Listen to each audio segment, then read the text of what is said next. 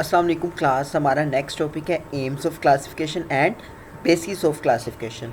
हमने पिछला टॉपिक पढ़ा था क्लासिफिकेशन के बारे में, जिसमें हमने देखा कि हमने जानदारों के डिफरेंट ग्रुप्स बनाए हुए हैं। जानदारों को इजीली स्टडी करने के लिए उनके डिफरेंट ग्रुप्स बनाए गए हैं। क्यों बनाए गए हैं? क्योंकि उनकी तादाद बहुत ज़्यादा है हमारी दुनिया में, उनके डिसिमिलर फॉर्म बहुत ज़्यादा है। बस इन्हीं दोनों रीज़न्स की वजह से जानदारों के ऑर्गेनिजम्स के ग्रुप्स बनाए गए हैं और इस प्रोसेस को क्लासिफिकेशन या बायोलॉजिकल क्लासिफिकेशन कहा जाता है। ये जो हम क्लासिफिकेशन करते हैं, इससे हम इसके क्या एम है, हमारे एम का क्या मतलब होता है? तो बच्चों, आपको पता है कि एम्स का मतलब होता है, एम का मतलब होता है कोई पर्पस या टारगेट। आपको पता है इस चीज़ का कि एम का मतलब होता है पर्पस या टारगेट। अगर मैं आपसे पूछूं कि आपकी ज़िंदगी का एम क्या है, तो आप बताओगे कि मेरी ज़िंदगी का टारगेट, मेरी ज़िंदगी का पर्पस, मेरी ज़िंदगी का एम ये है कि मैं ये बनना चाहता हूँ। तो ये होता है एम। तो क्लासिफिकेशन करके हम क्या साबित करना चाहते हैं, क्या हासिल करना चाहते हैं, तो ये है हमारा एम। तो हम दो चीज़ें स्टडी करना चाहते हैं, दो हैं हमारे क्लासिफिकेशन के एम। पहला हमारा एम है कि study of similarities and dissimilarities among organism.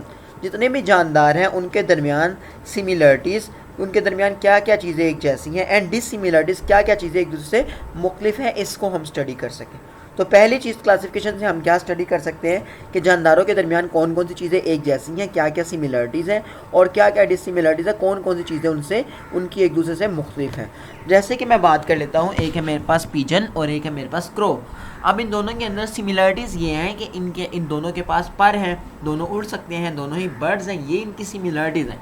जबकि इनकी डिसिमिलरिटीज़ ये होंगी कि इनके अंदर हमारे पास क्रो जो होता है वो अलग तरह का दिखता है, जबकि पिजन जो है वो अलग तरह का दिखता है। दोनों की आवाज़ चेंज है, तो ये हमारे पास इनकी डिसिमिलरिटीज़ हैं। ठीक है, अब आपको समझ आ गई होगी सिमिलरिटीज़ का और डिसिमिलरिटीज़ का क्या मतलब है। सेकंड जो चीज़ हम क्लासिफिकेशन का एम है हमारा, वो ये है कि हम जो है डिटरमाइन कर सकते हैं एवोल्यूशनरी हिस्ट्रीज़ को and also there relation in past. तो जिन जानदारों को हमने डिफरेंट ग्रुप्स में डिवाइड किया है उनकी एवोल्यूशनरी हिस्ट्रीज़ को पढ़ सकते हैं। जैसे मैंने आपको बायोडाइवर्सिटी वाले लेक्चर में एवोल्यूशन के बारे में बताया था कि जानदारों को जानदार जो हैं वो एवोल्यूशन के नतीजे में बने हैं। एवोल्यूशन का मतलब ये है कि हमारे पास माजी में जानदार एक दूसरे से इवॉल्व हुए, एक दूसरे से बने हैं। तो इनकी एवोल्यूशनरी हिस्ट्री क्या है, कैसे कौन सा जानदार किससे बना है, कौन सा जानदार एक ही पेरेंट से बने हैं, तो ये इनकी एवोल्यूशनरी हिस्ट्री है। तो क्लासिफिकेशन से हम दो चीज़ों को पढ़ लेते हैं, एक ये कि उनके अंदर क्या क्या सिमिलरिटीज़ मौजूद हैं और सेकेंडली उनके अंदर क्या क्या डिसिमिलरिटीज़ मौजूद हैं।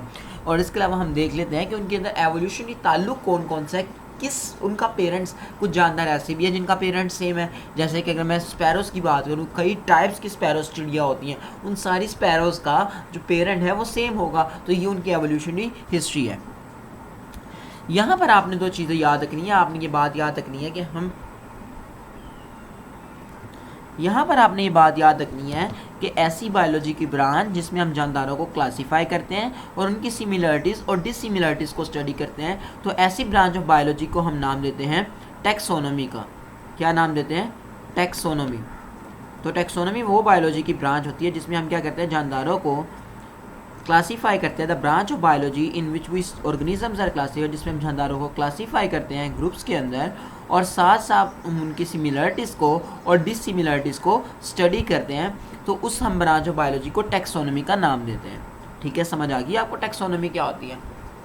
लेकिन बायोलॉजी की वो ब्रांच जिसमें हम ना सिर्फ जानदारों को क्लासीफाई करते हैं ग्रुप्स के अंदर, बल्कि हम उनकी एवोल्यूशनरी हिस्ट्रीज़ को भी स्टडी करते हैं, तो इस ब्रांच ऑफ बायोलॉजी को हम सिस्टमैटिक्स कहते हैं। तो systematic the branch of biology in which we classify organism to study about their similarities and dissimilarities and also about their evolutionary history। तो ये वो ब्रांच ऑफ बायोलॉजी होती है जिसमें हम जानदारों को इसलिए क्लासीफाई करते हैं ताकि हम ना सिर्फ और सिर्फ उनकी सिमिलरिटीज़ और डिसिमिलरिटीज़ को स्टडी कर सकें, बल्कि हम उनकी एवोल्यूशनरी हिस्ट्रीज़ को भी स्टडी कर सकें। तो ये जो सिस्टमैटिक्स है ये हमारे पास इससे रिलेटेड, एवोल्यूशनरी हिस्ट्री से, जबकि टैक्सोनॉमी हमारे पास इससे रिलेटेड है। टैक्सोनॉमी हमारे पास इस एम से रिलेटेड है, इस वाले एम से, जबकि हमारे पास जो सिस्टमैटिक्स है वो इस वाले एम से रिलेटेड है। क्लियर हो गया आपको? तो ये थे हमारे दो मकासद, दो एम्स जो कि हमारे क्लासिफिकेशन के होते हैं। एम्स के बाद बात आती है बेसिस की। क्लासिफिकेशन की क्या बेसिस है? बेसिस का क्या मतलब होता है? बुनियाद। तो क्लासिफिकेशन किन किन बुनियादों पे की जाती है? तो क्लासिफिकेशन की बुनियाद बनाई जाती हैं 3। तो पहली क्लासिफिकेशन की बुनियाद है रिलेशनशिप अमंग ऑर्गेनिज्म, जानदारों के दरमियान ताल्लुक। तो क्लासिफिकेशन का पहला जो मकसद होता है हमारा, या पहली जो बेस होती है वो ये होती है कि हम जानदारों के दरमियान रिलेशनशिप देखते हैं। ये जानदारों के दरमियान जो रिलेशनशिप है ये हमें कहाँ से पता चलता है? ये इनकी स्ट्रक्चर्स की सिमिलरिटीज़ से पता चलता है। कैसे पता चलता है? उनकी स्ट्रक्चर्स की सिमिलरिटीज़ से पता चलता है कि कौन कौन सी स्ट्रक्चर्स उनकी सेम है। इससे हमें पता चल जाता है कि ये जानदार आपस में, इनका आपस में ताल्लुक है या नहीं है। जैसे कि हमारे पास एक जानदार है जिसका नाम है कैमल। ये है मेरे पास एक जानदार, इसका नाम है कैमल।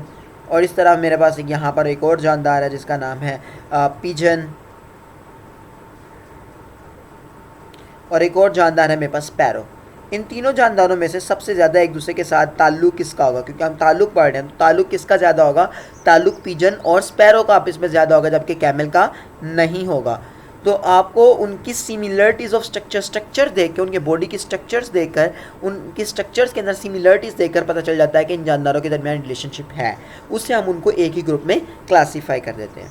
तो पिजन और स्पैरो को देख के हमें पता चलता है कि there must be some evolutionary relationship between them. उनके दरमियान कोई ना कोई एवोल्यूशनरी रिलेशनशिप था at some point in the past. माजी में कोई ना कोई ताल्लुक था उनका आपस में।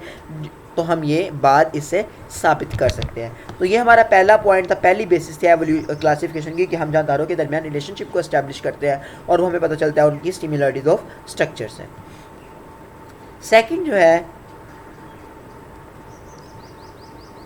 कुछ रिलेशनशिप के अलावा हम उन जानदारों के दरमियान सिमिलरिटीज़ को इस्टेब्लिश करते हैं। ये भी हमें क्लासिफिकेशन की एक बेस है कि ये सिमिलरिटीज़ हम कैसे इस्टेब्लिश करते हैं? इनके स्ट्रक्चर के अंदर, इनकी साइटोलॉजी से। साइटोलॉजी क्या होती है? साइटोलॉजी बायोलॉजी की वो ब्रांच है जिसमें हम सेल को स्टडी करते हैं, लाइक उसे हम सेल बायोलॉजी भी कहते हैं।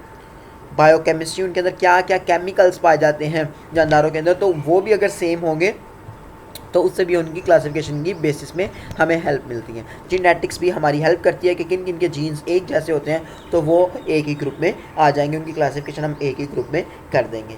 तो ये दो चीज़ें थी जो हमारे पास क्लासिफिकेशन की बुनियाद करार पाती हैं। लेकिन वक्त गुजरने के साथ साथ पता चला कि एक और चीज़ होती है जिसको हम बोलते हैं जेनेटिक डिफरेंसेस। जेनेटिक डिफरेंसेस भी क्लासिफिकेशन की बुनियाद बना ली गई वक्त गुजरने के साथ साथ। जेनेटिक डिफरेंसेस हमें पता चलते हैं मॉडर्न जेनेटिक्स से।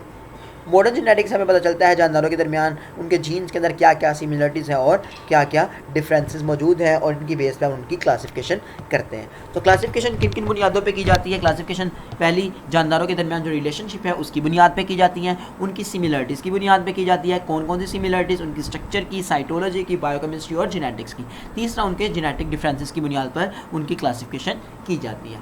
तो गाइस, ये था हमारा आज का टॉपिक। मिलते हैं नेक्स्ट वीडियो में, तब तक के लिए अल्लाह हाफिज़।